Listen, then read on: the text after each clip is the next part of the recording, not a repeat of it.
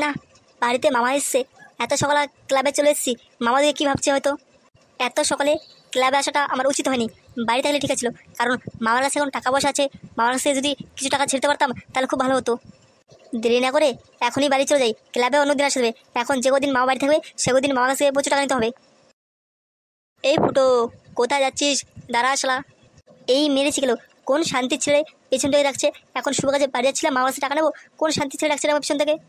কী ব্যাপার ল্যাংচা, দেখছিলি তো আমি বাড়ি চলে যাচ্ছিলাম, কেন আবার পিছন থেকে ডাক দিলি? সকালবেলা ক্লাবে এসেছিস, ভেতরে না গিয়ে বাড়ি করে চলে যাচ্ছিস, কী হয়েছে তোর? কেন রে ল্যাংচা, তুই কি জানিস না আমার বাড়িতে মামা এসছে? মামা এসেছে ভালো কথা, তো এত সকাল বাড়ি যাচ্ছিস কেন? ক্লাবে এসেছিস, একটু বস তারপর বাড়ি যা। আরে ভাই ল্যাংচা, তুই বুঝতে পারছিস না, যে কদিন মামা আমাদের বাড়ি থাকবে সে কদিন মামার পর থেকে অনেক টাকা ধ্বংস করতে হবে। কি বলছিস ফুটো? তাহলে কি তুই তোর মামার পর থেকে টাকা চুরি করবি? দূর সালা ল্যাংচা, আমি চুরি করবো কেন? মামার কাছ থেকে চেয়ে টাকা নেবো, যে কদিন মামা আমাদের বাড়ি থাকবে সে কদিন তো টাকা চেয়ে দিতে পারবো, পরে কার পারবো? ঠিক আছে ফুটো, এখন চা, তাহলে পরে বিকেলে আসিস। ফুটোর মামা এসেছে, তার মানে এই সালা ফুটো এই কদিনে অনেক টাকা কামাবে মামার কাছ থেকে। কি ব্যাপার দাদা, ঘরের মধ্যে সব কিছু এলোমেলো, ঘরটা গুছানো না কেন?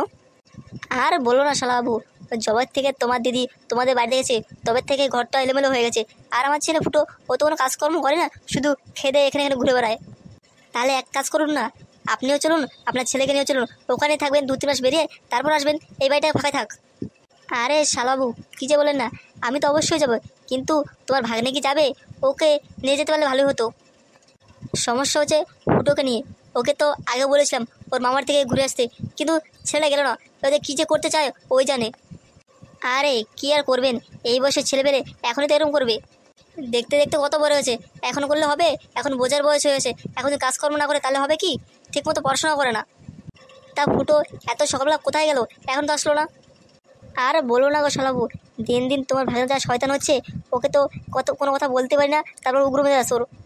তারপর তোমাকে তো আসল কথা বলিনি, শুনলাম আজকাল ছেলে কি বিড়ি টিড়ি খাচ্ছে, ওখানে মদ গাঁজা হয়ে পড়ে থাকছে, এ কথাও শুনেছি। তবে যেদিন আমি হাতে নাতে ধরবো, ওদের কপালে খুব দুঃখ আছে। কি শান্তির ছেলে এখন মদ গাঁজা খাচ্ছে এই বয়সেই? আজকে ও বাড়িতে আসতো, ওর একদিন কাজকে আমার একদিন, আপনি কিছু বলবে না? ওকে আমি আজকে শাস্তা করবো। কি যে বলো শালাবু, তোমাদের মাঝখানে আমি আসবো না, আমি তো কিছু বলতেই পারি না। এবার তুমি যদি শাসনগর ছেলেকে মানুষ করতে পারো তো করো। মামা, ও মামা, কোথায় গেলে? দেখছি না কেন, কোথায় গেছো তুমি? ওই যে তোমার আদরের ভাগ্নে এসছে, তোমাকে ডাকছে, যাও দেখা করে আসো। কি বলে তোমার ভাগ্নে, কি আবদার করে তোমার কাছে? আবদার? আবদার ওর কাছে মারাচ্ছি, শালার ছেলে এটা ওটা করবে, এত শয়তানি করবে কে মানে? আজকের বলে দুঃখ আছে। তুমি যাও শালাবু, দেখো তোমার কাছে আবদার করবে আজকে কিছু না কিছু। বললাম তো আজকের আবদার মারাচ্ছি। এই কেলো মেরেছে, মামাকে দেখে মনে হচ্ছে মামা খুব রেগে আছে, না কি কিছু হয়েছে, না বাপটার সাথে কিছু বলেছে, না ব্যাপারটা তো কিছু বুঝতে পারছি না। মামা কি হয়েছে তোমার, তুমি রাগ করেছো কেন? কী রে শয়তান ছেলে, আমি তোর সামনে দাঁড়িয়েছি, তুই ওদিকে মুখলে কি মামা মামা বলছিস? তোর কি কিছু হয়েছে নাকি, না গাঁজা চা খেয়ে এসেছিস? আরে মামা কি বলছো, গাঁজা? গাঁজা আবার কী জিনিস এটা, বা বুঝতে তো পারছি না।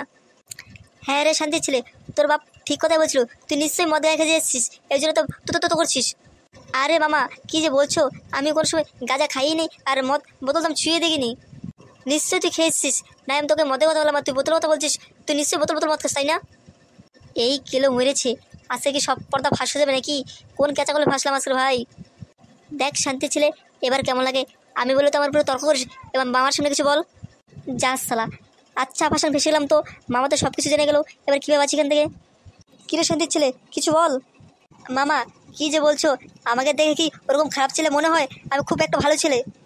হ্যাঁ রে শান্তির ছেলে, ভালো ছেলে কোনো সময় মিথ্যে কথা বলে না, আর তুই তো কথা কথা মিথ্যে কথা বলছিস। দেখেছো শালাবাবু, তোমার সামনে এত মুখে মুখে তর্ক করছে, তাহলে আমি বাড়িতে একা থাকলে আমার সাথে কিরম ভাষায় কথা বলে? তুমি শালা চুপ করে থাকো তো, একটা ছেলেকে মানুষ করতে পারো না, আর সে বকবক করছো, তোমার জন্য আজকে ছেলের এরকম অবস্থা। এই শালাবু কি বলছো তুমি? ওর সাথে তর্ক করে পেরে উঠছো না, এবার আমাকে দোষ দিচ্ছ? বেশি কথা বলবো না কিন্তু, ঠিক আছে? তাহলে তোমার খবর আছে। এই মেরেছে গেল, আমাকে শাসন করতে না পেরে ওরা নিজেদের মধ্যে এখন ঝগড়া করছে, এই ফাঁকে শালা কেটে পারবো নাকি ওটা ভাবছি না, ওদের ঝগড়া দেখবো সেটাই বুঝতে পারছি না। তুমি শালা নামের ওর বাপ, বাপের কোনো কর্ম করনি, এইটুকু একটা ছেলের মধ্যে কত জ্ঞান হয়ে গেছে, তুমি শালা কিছু করতে পারলে না এখনো? এই শান্তির ছেলে মাথায় কিসের আবার জ্ঞান আছে? এ শুধু পারে মদ গাছে খেতে আর এখানে পড়ে থাকতে, আর কোনো কর্ম পারে নেবো না। শালা বাপটা তোমাকে পুরো মানুষ মানে পেশি চান করে দেবে।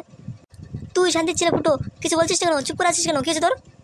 কিরে শান্তি ছেলে, তোর মামা কি বলছে, তুই কিছু বলতে পারছিস না?